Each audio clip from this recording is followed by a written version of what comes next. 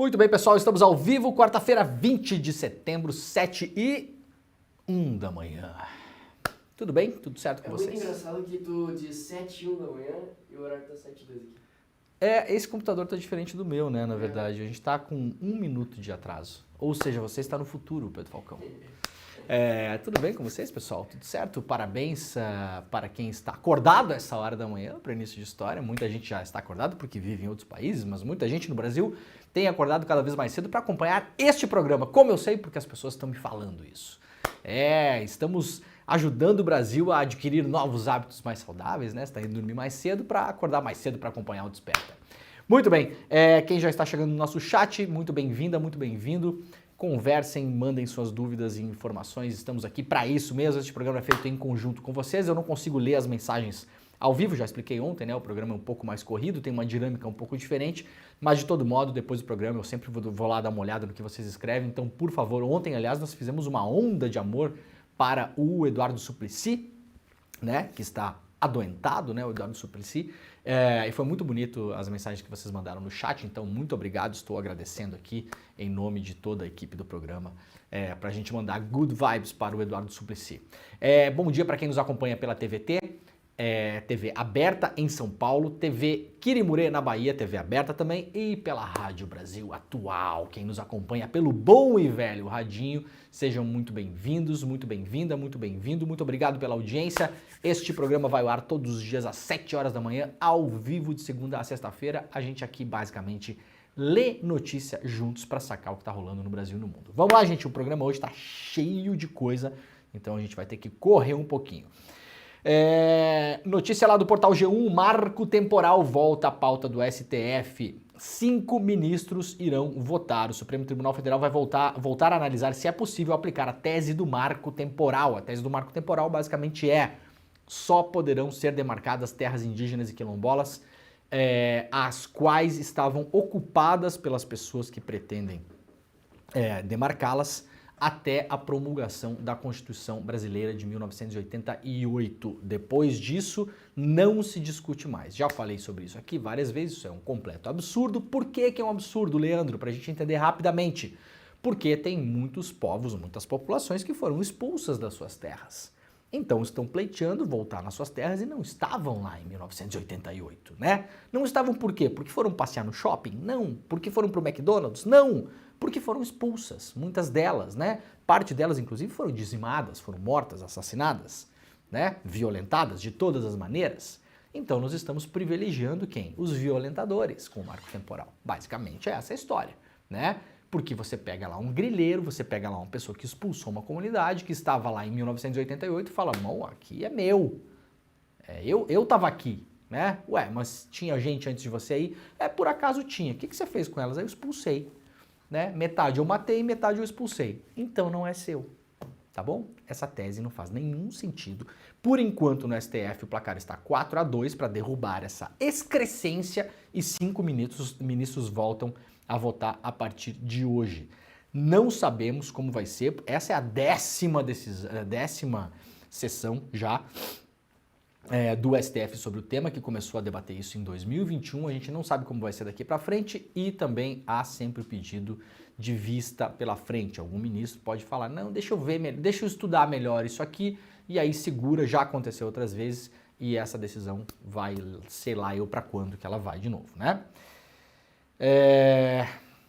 Muito bem, Rosa Weber marca também um julgamento importante sobre a legalidade do aborto com até 12 semanas de gestação. A Rosa Weber, que aliás tem feito, olha, merece alguém fazer render homenagens à ministra de fato, assim, porque ela tem feito, principalmente no final do mandato dela, e a Rosa Weber sai esse ano, né? Tem pautado coisas importantíssimas a Rosa Weber. Tem sido, assim, exemplar. De fato, muitas vezes a gente questiona, né, e pressiona o STF, né? Agora, a Rosa Weber, espantoso o nível do debate que ela tem colocado no STF, as pautas que ela tem colocado também em pauta, né? E a maneira como ela tem se posicionado em relação a várias coisas. Não dá entrevista a Rosa Weber, né? Não fala com a imprensa a Rosa Weber.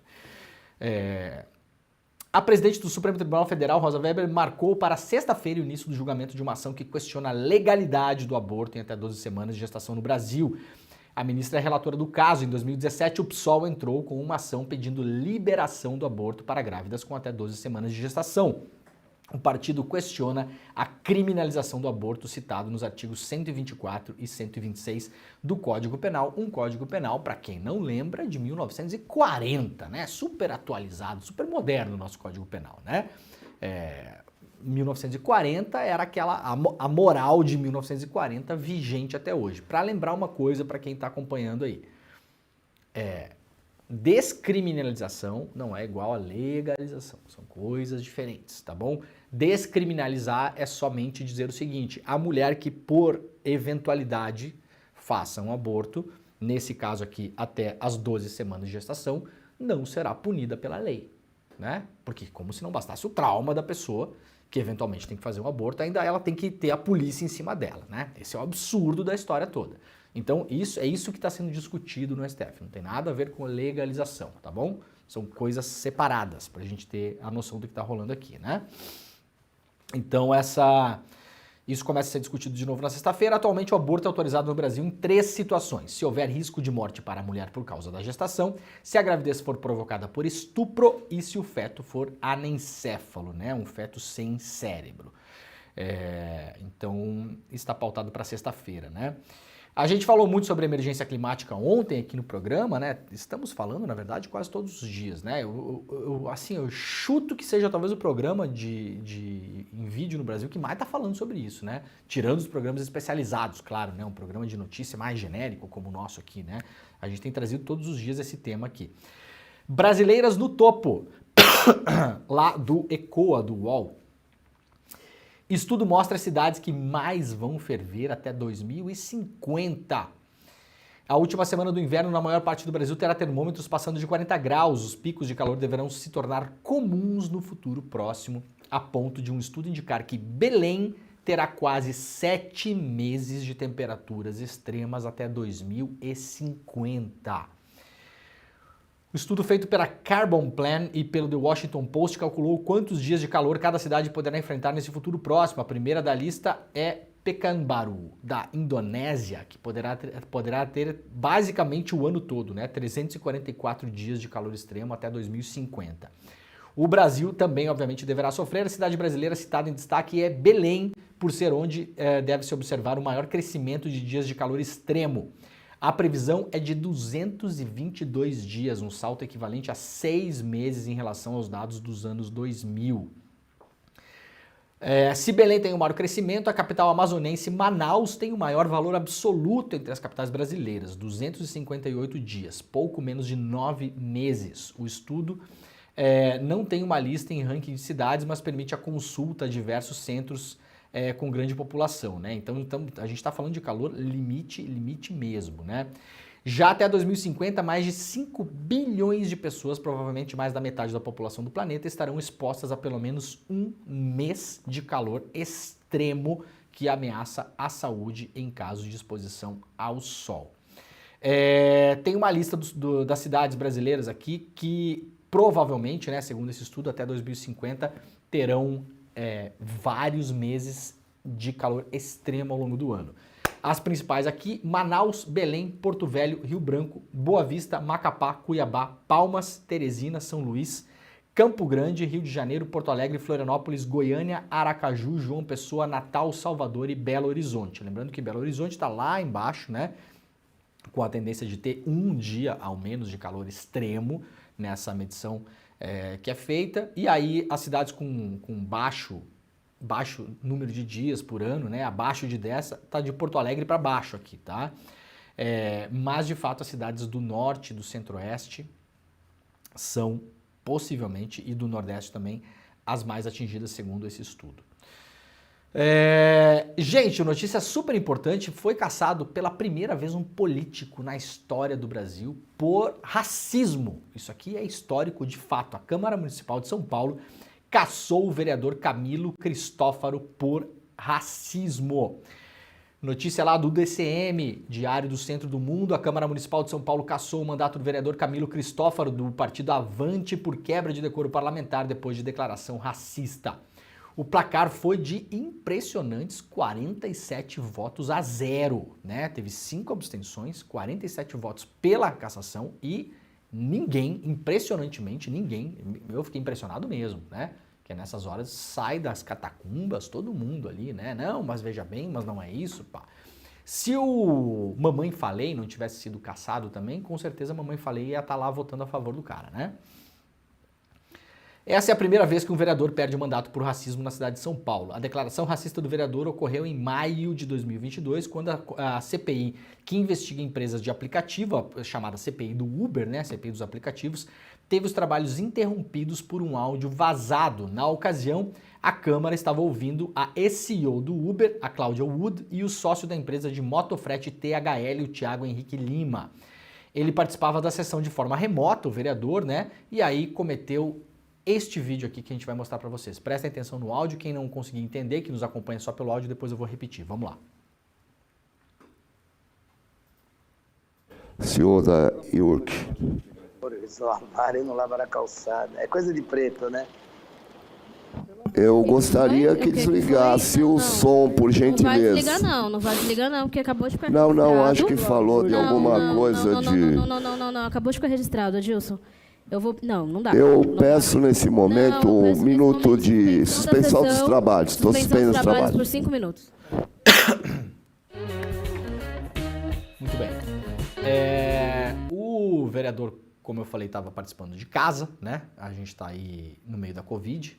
E aí a sessão ali, investigando o Uber, né? E as outras empresas, o vereador está lá em casa e fala alguma coisa parecida com isso. Não lavar a calçada, possivelmente ele estava se referindo a alguém que estava lá na casa dele, né? E aí solta a frase clássica, é coisa de preto, tá? Para quem não conseguiu ouvir, foi isso que o vereador falou. E aí vocês vejam como é a reação, né, das pessoas, né? O presidente da Câmara ouviu o que o colega vereador falou e já tentou dar uma driblada, puxar para cá, puxar para lá. Vocês viram a reação do presidente da Câmara? Não, vamos desligar o áudio aqui, não, aqui. E aí, por sorte, uma vereadora, não está identificada infelizmente nesse vídeo, né? Por sorte, uma vereadora falou, não, vai desligar não, tá registrado aqui, do tipo assim, não, todo mundo ouviu, tá bom? Ninguém vai desouvir o que acabou de ouvir.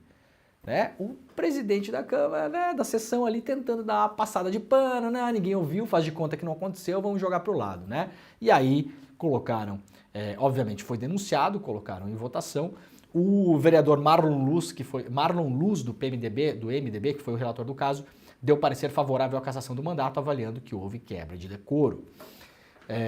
Então está cassado o homem. Luana Alves foi aqui a vereadora que parou ali. Tá na legenda. Muito bem, então a vereadora Luana Alves foi a vereadora que falou, não, só um pouquinho, o presidente, não dá para desouvir, tá? Ninguém vai desouvir o que o cara falou aqui. Agora, claro, né, para essas pessoas o problema não é ter falado, o problema é ter vazado, né? Essa é a grande questão. Então, dia histórico, né? Dia histórico. Espero que essas coisas se espalhem pelo Brasil, né? Coisa de preto, então fora. Coisa de preto, fora. Tá bom? Vai ter muita gente fora das câmaras municipais por aí, né? O Conselho Nacional do Ministério Público resolveu acordar, né? O Conselho Nacional do Ministério Público não faz muita coisa, né? Não é muito afeito a punir os próprios promotores e procuradores, né? Já visto tudo que aconteceu na Lava Jato, até hoje absolutamente nada foi feito no Conselho do Ministério Público, né? Mas decidiu afastar um promotor que comparou uma advogada a uma cadela em um julgamento, né? Assim, quando é caso extremo, né? De novo, o problema aqui, né? Eu não vou falar que é uma coisa do Conselho Nacional do Ministério Público, mas o problema aqui, muitas vezes, não é o cara pensar e falar isso. O problema é que foi registrado em vídeo. Aí vaza, né? Aí vai pra rede social, tem um monte de gente chata lá, que enche o saco, né? Porque não pode, aquela coisa toda, né? E aí acaba dando problema, né? Isso aqui, então, notícia de hoje lá também, do DCM, a Corregedoria Nacional do Ministério Público pediu afastamento temporário do promotor de justiça Valber Luiz Silva do Nascimento, membro do Ministério Público do Amazonas. Essa medida foi tomada após Nascimento fazer comentários inapropriados, nos quais comparou uma advogada a um animal. Vamos ver o comentário inapropriado do senhor promotor. Vamos lá. Ela foi mais além, senhores, na deslealdade comigo. Ela disse aqui, e gritando, que estava revoltada com o fato de eu ter comparado todas as mulheres com cadelas, se referindo ao que eu havia dito que a minha mãe me dizia. Mas ela entendeu o que eu falei. Ela fez isso por deslealdade. E talvez ela não saiba disso, mas eu vou dizer para ela, doutora Catarina, eu tenho pet desde que eu me entendo por gente. Fui criado com cachorros e com gatos. Eu tenho até hoje uma cachorra. E eu prefiro as cachorras do que os cachorros. Prefiro as cadelas. Por conta da lealdade que é bem maior. Se tem uma característica que cachorro tem, doutora Catarina, é lealdade. Eles são leais, são puros, são sinceros, são verdadeiros. E no quesito lealdade, e me referindo especificamente a Vossa Excelência, comparar a Vossa Excelência com uma cadela de fato é muito ofensivo. Mas não a Vossa Excelência, a cadela. Dito isto, senhores... Está afastado temporariamente esse promotor, né? Eu não sei em que momento no Brasil o Ministério Público entendeu que tem que fazer algum trabalho contra os advogados, né?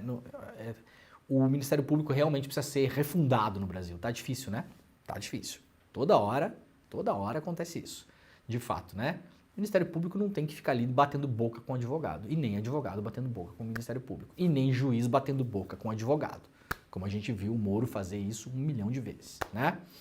Temos um problema de fundo aí, né, que não vai ser resolvido com o afastamento desse cara. Isso aqui é um caso extremo que, obviamente, o CNMP não pôde ignorar. Agora, vários casos são bastante ignorados aí, a gente viu acontecer várias vezes, né? Revista Fórum, deputado de direita faz discurso contra a homofobia de evangélicos e viraliza. Uma cena que ocorreu nessa terça-feira no Congresso Nacional acabou viralizando nas redes sociais pela sua, digamos, raridade. Durante uma sessão na Comissão de Previdência, Assistência Social e Família da Câmara dos Deputados, na qual se tentou votar mais uma vez o bizarro e anacrônico projeto que proíbe o casamento entre pessoas do mesmo sexo, o deputado Marx Beltrão, o cara é de direita e se chama Marx. Tá bom, Pedro Falcão? Isso os camaradas lá da Revista Fórum não notaram. O deputado Marx Beltrão, do PP, né, do Progressistas de Alagoas, notoriamente conservador e de direita, resolveu soltar o verbo e se voltou contra a bancada fundamentalista evangélica que pautou o tema medieval. Isso aqui está sendo usado por um pastor para ganhar holofote, obviamente ocupa também tempo, né, de pessoas importantes na Câmara, como a Erika Ailton, que tem que ir lá, fazer discurso, tentar embarrear a votação. A Erika Ailton foi de novo, para variar, deu mais um show na Câmara. Eu não reclamo de ver a Erika Ailton atuando nesses casos, pra gente é ótimo, né? Um colírio pra gente ver uma parlamentar assim, mas eu lamento que a Erika Ailton, com a qualidade que ela tem que gastar tempo com essa comissão inútil de um pastor carreirista.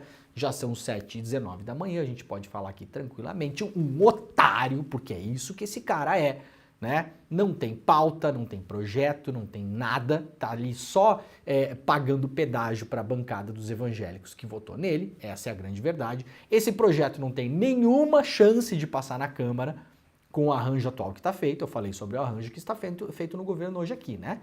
Vocês podem não gostar, eu não gosto particularmente, mas hoje nós temos um arranjo Lula-Lira. Esse é assim que está sendo tocado o Brasil hoje, tá bom, gente? Tenham ciência disso. Com esse arranjo, tem toda a parte ruim, que a gente vai falar daqui a pouco, inclusive. Agora, a parte boa, né? Todo acordo vai ter uma parte boa, né? Em algum momento, né? A parte boa é que com o Lira amansado, cheio de ministério, Caixa Econômica Federal e não sei o quê, esse tipo de projeto aqui não tem nenhuma chance de passar na Câmara, tá? Agora tem que a Erika Ailton lá ficar gastando tempo com esse tipo de coisa, né? Um tempo valioso de uma parlamentar valiosa, para tentar barrar esse tipo de votação. Mas vamos ver o que o Marx da direita, nós temos no Brasil, o Brasil é um país esquisito, né, Pedro Falcão? No Brasil o Marx é de direita, pelo menos esse Marx aqui, né? Vamos ver o que o Marx da direita falou ontem na comissão. Vamos lá. Senhor presidente, está na Constituição Federal. Todos são iguais perante a lei. Isso é indiscutível. Eu custo acreditar que esta comissão está debatendo aqui o que já foi discutido e debatido e no Supremo Tribunal Federal há 12 anos atrás decidido. Todos são iguais perante a lei. Eu vejo aqui muito debate usando como pano de fundo religião, crença, igreja. Nós não estamos aqui na igreja, estamos no Parlamento Brasileiro para discutir direitos. Eu sou de direita, eu tenho família, sou casado, pai de 3 filhos, eu sou católico atuante, mas eu defendo o direito igual para todos. Todos são iguais perante a lei. Todos são iguais perante a lei. É como eu disse, não estamos aqui discutindo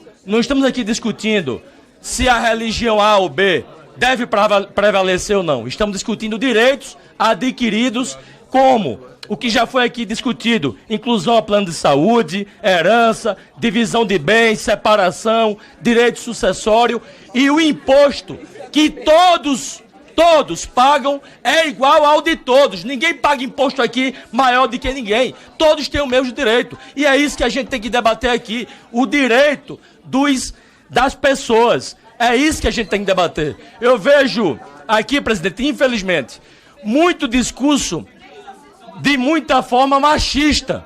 Muitas vezes, discursos como se fossem leões. E entre 4 paredes, muitas vezes, esses mesmos leões fazem sussurros de gatinhos, presidente. Aí, rau, né? Rau. Esse final aí, né? Esse final aí mostrou algum conhecimento que a gente não sabe. Parece que ele sabe de alguma coisa. Parece que ele sabe de alguma coisa que a gente não sabe. Ô, Marx, vem cá.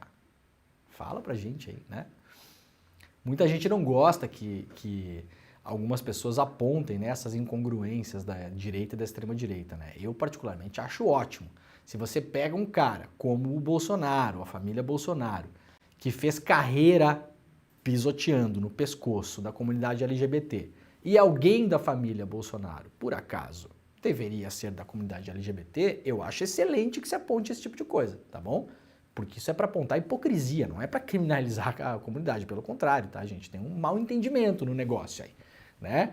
Então, se tem um pastor ali, por exemplo, né, que entre 4 paredes, como é que o Marx falou? Faz barulho de gatinho, é isso? Ei, pastor, ô pastor, né? Eu sempre falo, 4 meses num psicólogo começa a resolver tudo isso aí, né? A pessoa, em vez de se tratar, ela vira deputada. E aí ferra com todo mundo, né? Oh, coisa séria. Gente, vamos lá, assunto sério aqui, né? Não que esse não seja, mas para dar um pouco de leveza na história aqui. Justiça impõe censura, ó, presta atenção, vou fazer 2 coisas agora importantes. Quem tá no chat aí, quem tá só nos ouvindo, eu vou pedir 1 minuto de atenção, se você puder correr pro computador, para você pegar um link que a gente vai colocar no chat daqui a pouco, é um link importante, tá? Vou pedir para vocês, inclusive, espalharem esse link, tá bom? Vamos lá, vamos fazer uma coisa importante aqui. Primeiro, a notícia. Justiça impõe censura à reportagem da agência pública sobre Arthur Lira. A agência pública foi intimada na segunda-feira por uma decisão liminar que impõe censura a uma reportagem sobre o presidente da Câmara dos Deputados, e deputado federal, Arthur Lira. A decisão monocrática que determina a remoção da reportagem foi proferida pela desembargador Alfeu Gonzaga Machado, da 6ª Turma Civil do Tribunal de Justiça do Distrito Federal e dos Territórios, e é datada do dia 7 de setembro, né? Que emblema, né? Isso. 7 de setembro de 2023. Estava trabalhando, aliás, né? O desembargador no feriado, né? Na decisão, o desembargador reconhece que a questão da violência doméstica no Brasil é uma grave, muito grave, né? E a imprensa tem o seu papel de informar a população, mas argumenta, no caso em análise, que o Supremo Tribunal já havia absolvido Arthur Lira do crime de lesão corporal a ele imputado. No entanto, tem um detalhe importante, que acho que o desembargador, por ser feriado, devia estar meio sonolento, não atentou. Vamos ajudar, desembargador? Ó, vamos ler a matéria juntos aqui, para o senhor entender o caso, tá? A reportagem censurada trazia novas acusações. da ex-esposa do deputado federal, a Juliane Lins, que corajosamente está denunciando Arthur Lira sistematicamente todos os dias pela internet. Então não se tratavam de fatos antigos apenas, são novas acusações em relação ao Arthur Lira, que merecem ser apurados e merecem vir a público, inclusive, né? Sem a censura imposta pelo senhor desembargador. E sobre outros graves que teriam ocorrido no ano de 2006 e não foram analisados pelo STF. Além disso, a reportagem foi feita com base em documentos judiciais e fontes que deram seu depoimento sobre os fatos. Teve propósito informativo e de interesse público, sem qualquer ofensa a quem quer que seja. Muito bem, eu vou fazer duas coisas muito rápidas aqui. Primeiro, vamos mostrar um trecho da entrevista da Juliane Lins em vídeo aqui para o ICL, onde ela reforça o caráter violento de Arthur Lira, porque isso a gente ainda estamos permitidos, ainda é permitido falar de Arthur Lira aqui no ICL, né? Lembrando que o Arthur Lira tentou censurar o ICL também. Entrou com uma ação, essa ação está correndo, inclusive, era para correr primeiro em segredo de justiça, aquela coisa meio escamoteada, para ninguém saber, para ninguém ver, e outra queria derrubar conteúdos aqui do ICL e queria impedir que nós falássemos o nome do senhor Arthur Lira. Então eu vou repetir, senhor Arthur Lira, nós vamos fazer duas coisas hoje em sua homenagem, senhor Arthur Lira. Primeiro, a gente vai falar bastante o seu nome, Arthur Lira, né? Segundo, a gente vai mostrar um vídeo da Juliane Lins, sua ex-esposa, fazendo acusações em relação ao senhor, mostrando o seu caráter violento. E terceiro, a reportagem da agência pública está fora do ar, como vocês podem ver aqui, ó. Para quem está acompanhando o programa em vídeo, está vendo aqui, ó. Você entra lá na agência pública, aqui o link aqui em cima, ó. Ex-mulher de Arthur Lira o acusa de violência sexual, tá escrito no link aqui. Só que quando você clica na matéria, acontece isso aqui, ó. Opa, a página que você buscou não existe. Por quê? Porque a agência pública foi forçada a tirar esta matéria do ar. No entanto, aqui está a matéria. A gente vai ensinar vocês a lerem a matéria proibida de Arthur Lira na agência pública.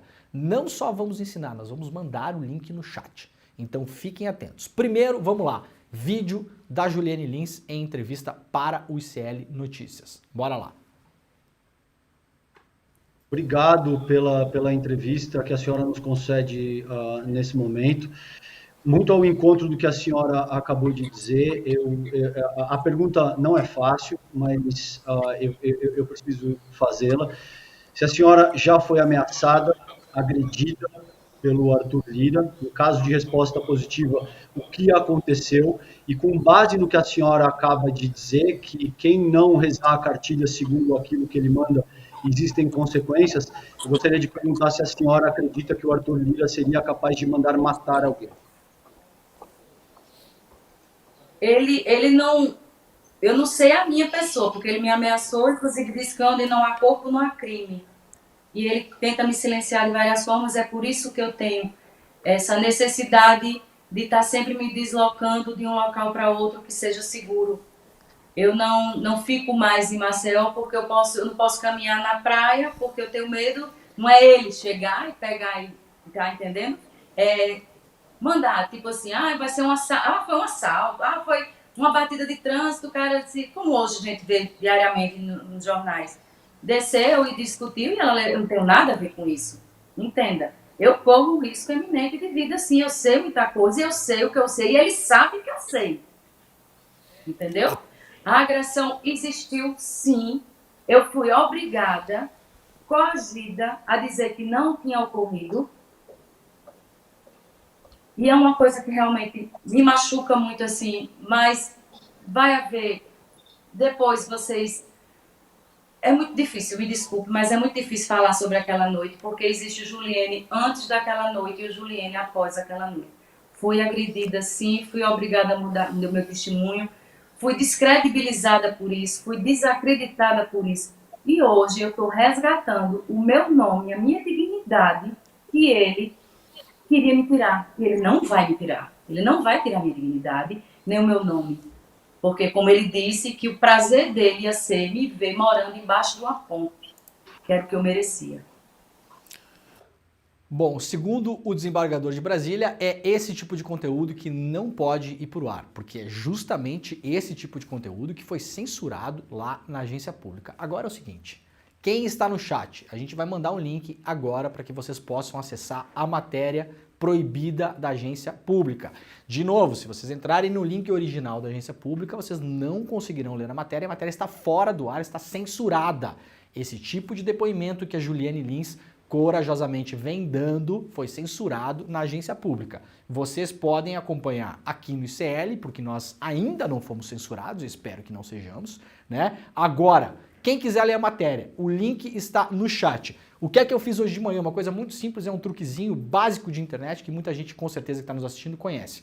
Você vai lá no Google, pega o link da matéria, o link original da matéria, vai no Google, coloca o link lá, e ao invés de você clicar no link da matéria, você clica naqueles 3 pontinhos que tem do lado, no Google, para quem já percebeu, e ali tem um negócio chamado cache. O que é o cache? O cache do Google é uma espécie de fotografia de um determinado momento daquele site. Então você vai lá, pega o link do cache, aqui está o webcache.google, blá blá blá blá blá blá, e aqui está o link, tá? Vocês não precisam fazer nada disso. Corre lá pro chat, clica no link que a gente acabou de mandar no chat. Aqui está a matéria proibida da agência pública. Eu vou deixar bem claro para o desembargador que eventualmente vai assistir este vídeo. A agência pública não tem nada a ver com o que eu estou fazendo aqui, tá bom, desembargador? A agência pública cumpriu a sua determinação, no meu modo de ver, uma determinação absurda, mas a agência pública foi lá e cumpriu. A matéria está fora do ar. Eu estou usando aqui um mecanismo que está público na internet, de fácil acesso e facilitando a vida das pessoas. Quem quiser ler a matéria que o desembargador de Brasília proibiu na agência pública, vai para o chat do programa agora, pega o link do cache, aqui está a reportagem. Ex-mulher de Arthur Lira o acusa de violência sexual, assinada pela Alice Maciel, uma das repórteres mais importantes do Brasil na atualidade, né? Repórter lá da agência pública, super talentosa Alice Maciel, que assina a matéria aqui. Então tá aqui toda a matéria, para quem quiser ler, tá tudo aqui, ó, tá bom? Vai lá, corre pro nosso chat e faz o favor, espalha, pega esse link, copia o link, você sabe copiar link, né, gente? Tem muita gente que não sabe. Clica lá com o botãozinho direito do mouse, clica em copiar link, você vai lá no seu zap e manda para todo mundo, tá bom? Esse link mesmo que a gente mandou aí, esse link do cache do Google, que ele vai funcionar, esse link não vai cair, tá bom? Esses links do cache do Google não caem, porque eles são uma fotografia da agência pública no passado, né? Então, mesmo que a matéria tenha caído, aqui está a matéria para quem quiser ler, tá bom? Manda ver nisso aí. Gente, vamos lá. O discurso do Lula na ONU ontem, um discurso bastante elogiado, inclusive por pessoas insuspeitas, como o senhor Merval Pereira, né? O Merval Pereira ontem elogiou muito o discurso do Lula, né? Ele e várias outras pessoas, né? Eu não vou me ater muito ao discurso, o discurso já foi bastante analisado pela imprensa, inclusive pelo ICL Notícias segunda edição, ontem aqui, né? Todo mundo já deve ter visto vários trechos do discurso. Eu decidi separar um trecho importante aqui, que é um trecho que a imprensa comercial não deu bola, não vai dar bola, não vai falar sobre isso, e quando falar, vai falar meio na lateral e meio criminalizando o Julian Assange. A gente vai fazer o contrário aqui, a gente vai tratar o Julian Assange como ele merece. Então vamos lá, trecho do Lula falando sobre o jornalista editor da Wikileaks, o Julian Assange, australiano, que está preso na Grã-Bretanha. Vamos colocar o trecho do Lula. Depois eu vou explicar para vocês por que é importante e como é corajoso o que o Lula falou. Isso aqui poderia simplesmente não estar no discurso do Lula ontem, que ninguém ia notar, né? Vamos combinar, o Lula vai lá e faz um discurso na ONU. Se o Lula não fala no Julian Assange, que é uma coisa muito específica, eu acho que pouca gente ia reclamar que o Lula não falou do Assange, né? Agora, o Lula falou do Assange e depois eu vou explicar por que isso é muito corajoso e por que isso é um assunto delicadíssimo nos Estados Unidos, também para a presidência do Joe Biden, que enfrenta a eleição no ano que vem. Vamos lá. Educacional e digital são essenciais para a promoção dos valores democráticos e da defesa do Estado de Direito. É fundamental preservar a liberdade de imprensa. Um jornalista como Julian Assange não pode ser punido por informar a sociedade de maneira transparente e legítima. Nossa luta é contra a desinformação e os crimes cibernéticos. Aplicativos e plataformas não devem abolir as leis trabalhistas pelas quais tanto lutamos. Ao assumir a presidenta do G20 em dezembro. Muito bem, esse é o trecho, né? Esse trecho final aí acabou escapando um pouco na edição, que a gente pegou de manhã aqui, mas o que importa é o trecho sobre Assange. Por que isso é importante e foi corajoso da parte do Lula fazer isso? O Assange é um cara perseguido por, no mínimo, 4 países no mundo, tá? O Equador, que inicialmente deu asilo para o Assange na embaixada, mas depois com a eleição do Lenin Moreno expulsaram o Assange de lá de modo completamente ilegal, totalmente avesso ao Estado Democrático de Direito, direito de defesa, tiraram a cidadania dele, permitiram que a polícia britânica entrasse na embaixada, um show de horrores. Agora, o Assange é basicamente perseguido há anos por 3 megapotências, as ditas ocidentais, né? Grã-Bretanha, Suécia e Estados Unidos. O Assange tem 17 processos em cortes nos Estados Unidos, por isso os Estados Unidos querem a extradição do Assange e querem que ele seja julgado por atos de espionagem nos Estados Unidos. Se isso acontecer, possivelmente ficará preso pelo resto da vida em uma prisão de segurança máxima. Esse é um caso nos Estados Unidos tão complicado, que passou pela administração Obama, Trump e agora Biden, e nenhum dos 3 até hoje moveu uma palha para retirar as acusações em cima do Assange. Os Estados Unidos ainda estão pedindo a extradição do Assange para território americano. Em um momento em que o Biden está tentando se posicionar politicamente, porque tem eleição no ano que vem, vai disputar possivelmente com o Donald Trump. Tem eleição no ano que vem e precisa encontrar uma plataforma política, né? O governo Biden é um governo qualquer coisa, né? O Lula falar de Assange em Nova York, na Assembleia da ONU, na frente do Biden, foi um posicionamento, isso é aquele tipo de coisa que no discurso passa meio...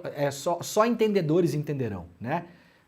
A parte do discurso que o Lula fala de meio ambiente, dos trabalhadores, né, de aplicativos, isso é fácil de entender, é fácil de decodificar e a gente colocar os opostos, né? Agora, essa parte do Assange, para mim, sinceramente, talvez seja a parte mais forte no discurso pelo enfrentamento que isso faz a todo o establishment americano.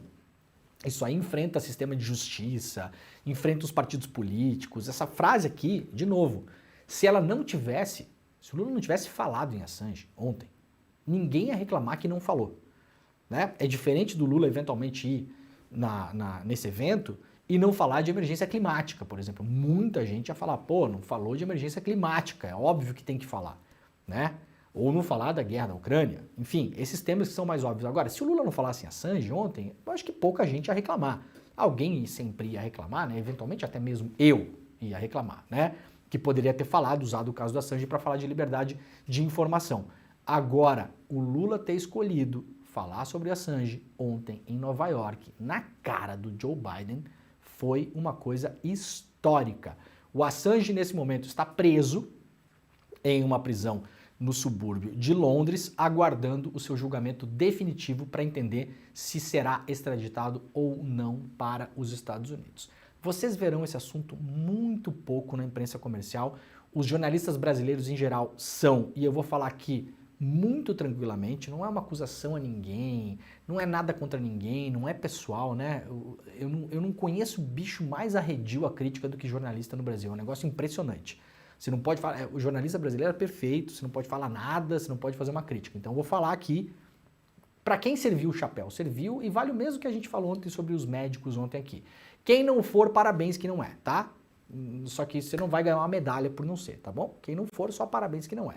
Os jornalistas brasileiros, no geral e na média, principalmente os que trabalham na grande imprensa, são um bando de covardes, porque até hoje não se posicionaram de modo próprio e apropriado em relação ao caso do Julian Assange. O Assange está sendo perseguido, humilhado e quebrado há anos, simplesmente por ter exposto segredos dos Estados Unidos. Segredos de espionagem, crimes de guerra. A gente tentou passar o vídeo aqui, mas não deu. O vídeo mais famoso, o trabalho mais famoso, que deixou a Wikileaks famosa, foi um vídeo publicado em 2010 que mostra o exército americano no Iraque, filmando de cima de um helicóptero, né, assassinando jornalistas colegas da agência Reuters. Então, o grande caso que deixou o Wikileaks famosa, depois teve vários outros casos, né? Esse caso mostra o Estado americano, né, matando impunemente jornalistas desarmados que estavam trabalhando no Iraque, atirando de cima para baixo. O cara que divulgou isso para o mundo é um editor fundador da Wikileaks, portanto, um jornalista. E aí os jornalistas, principalmente os jornalistas brasileiros, são um bando de covardes que não se posicionam em relação a isso. Quem não conhece a história do Julian Assange, vai atrás para conhecer. Inclusive aqui na revista Fórum, o pessoal fez um resumo bem interessante. Quem é Julian Assange, jornalista defendido por Lula na ONU. Mas há vários. Tem documentário, tem livro, tem reportagem, tá? A maneira como Assange foi tratado nos últimos anos, acusado falsamente de estupro. De casos na Suécia que a promotoria da Suécia ficou anos enrolando em uma pré-investigação que nunca levou à denúncia.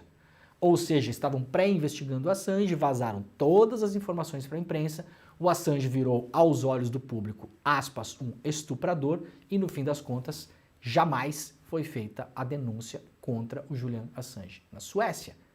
Se vocês começarem a se informar sobre a vida do Assange e a maneira como Estados Unidos, Grã-Bretanha e Suécia se uniram para destruir esse cara, vocês ficarão assim, ó, enojados, tá bom? Então, eu vou perdoar os colegas que não se metem nesse assunto por ignorância.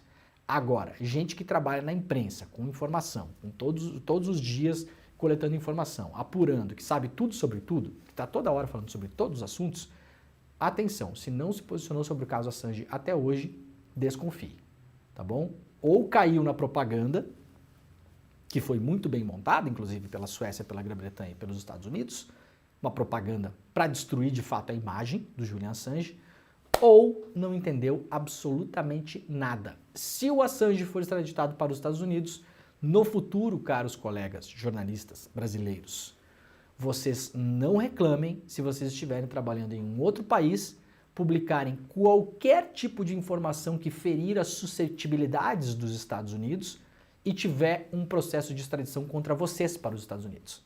Porque é esse o precedente que se abre a partir do caso do Julian Assange.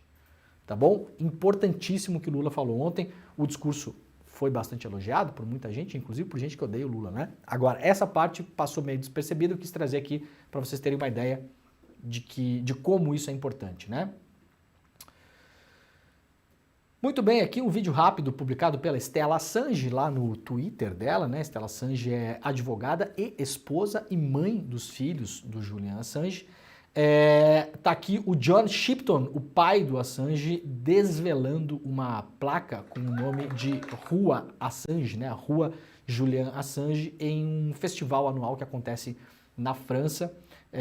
Uma homenagem entre as tantas, né, que o Julian Assange vem recebendo nos últimos tempos pelo mundo, né?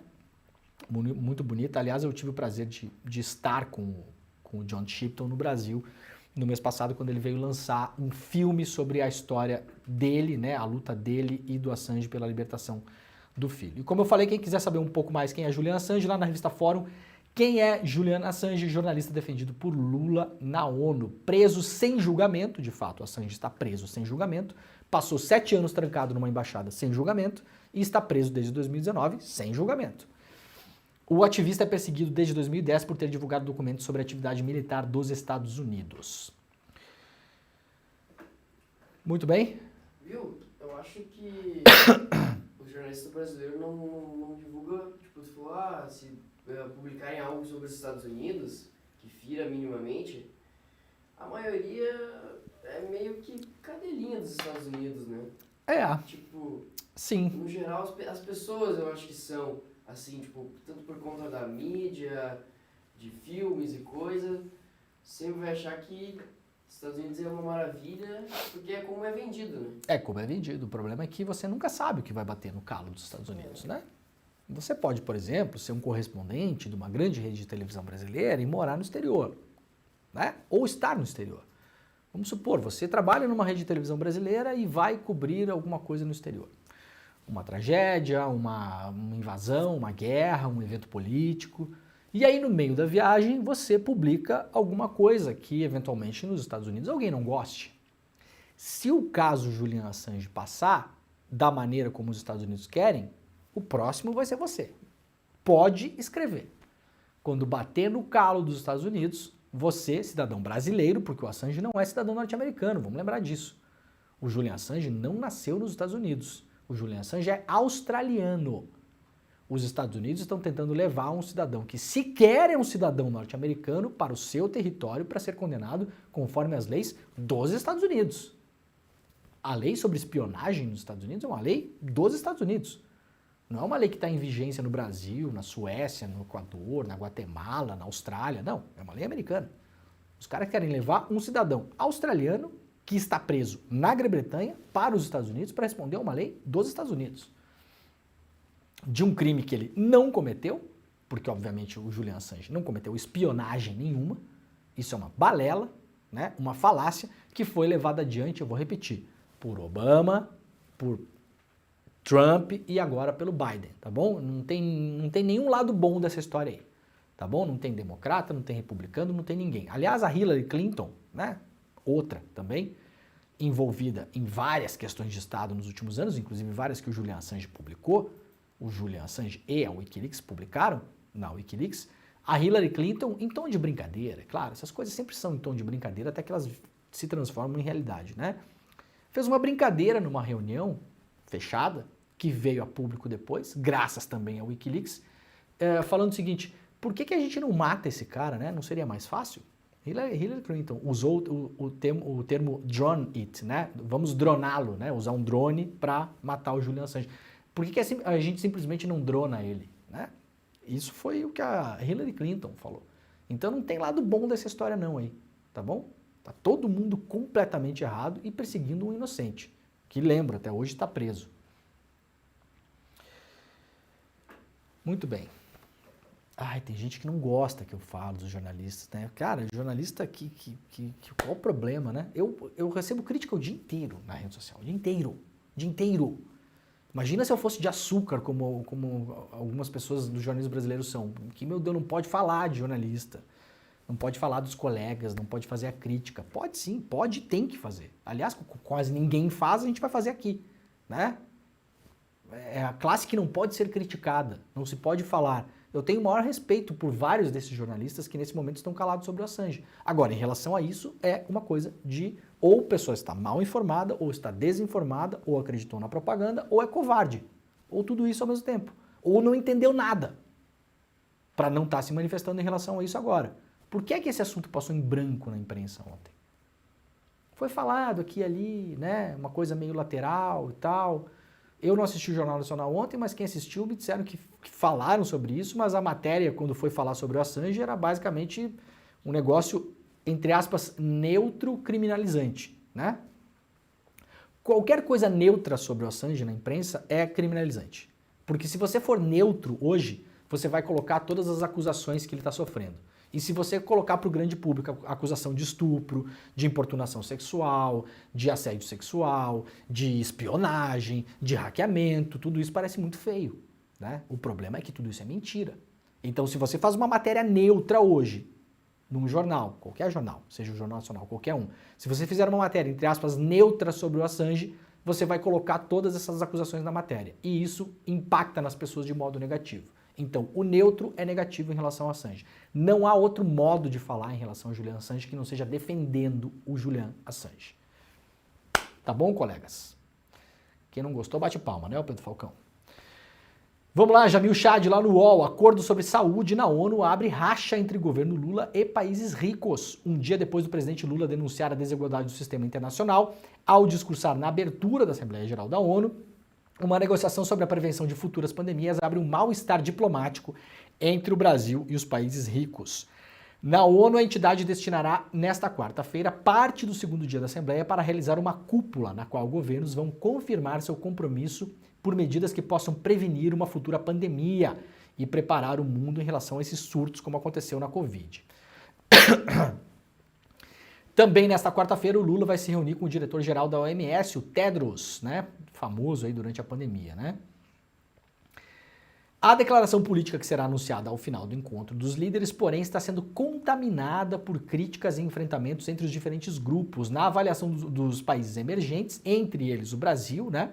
O texto da declaração geral foi negociado sem transparência necessária e consulta aos diferentes grupos de países. Mas o maior problema, segundo o Brasil, é a falta de compromisso dos países ricos com qualquer gesto de transferência de tecnologia para a produção de vacinas ou qualquer outro produto que possa lidar com os surtos. O acesso às doses dos imunizantes foi alvo de acalorado debate durante a Covid, com países ricos se recusando a abrir mão das patentes desses produtos e acumulando reservas que desabasteceram o mercado internacional. Resumindo, os países ricos não queriam abrir mão da patente das vacinas, principalmente, e acumulavam vacinas em seus territórios, enquanto um monte de gente em país pobre, principalmente do continente africano, morria de Covid. Esse tratado que está sendo conversado na ONU agora, segundo traz o Jamil Chad e segundo uma reclamação do Brasil e dos países emergentes, simplesmente não toca nesse assunto. É bonito, né? Vamos falar, prevenir futuras pandemias, né? Quando a rosca aperta, as vacinas ficam todas lá na Itália, na França, na Holanda, nos Estados Unidos, no Canadá, né? E os outros que se danem, né? É isso que está sendo debatido hoje.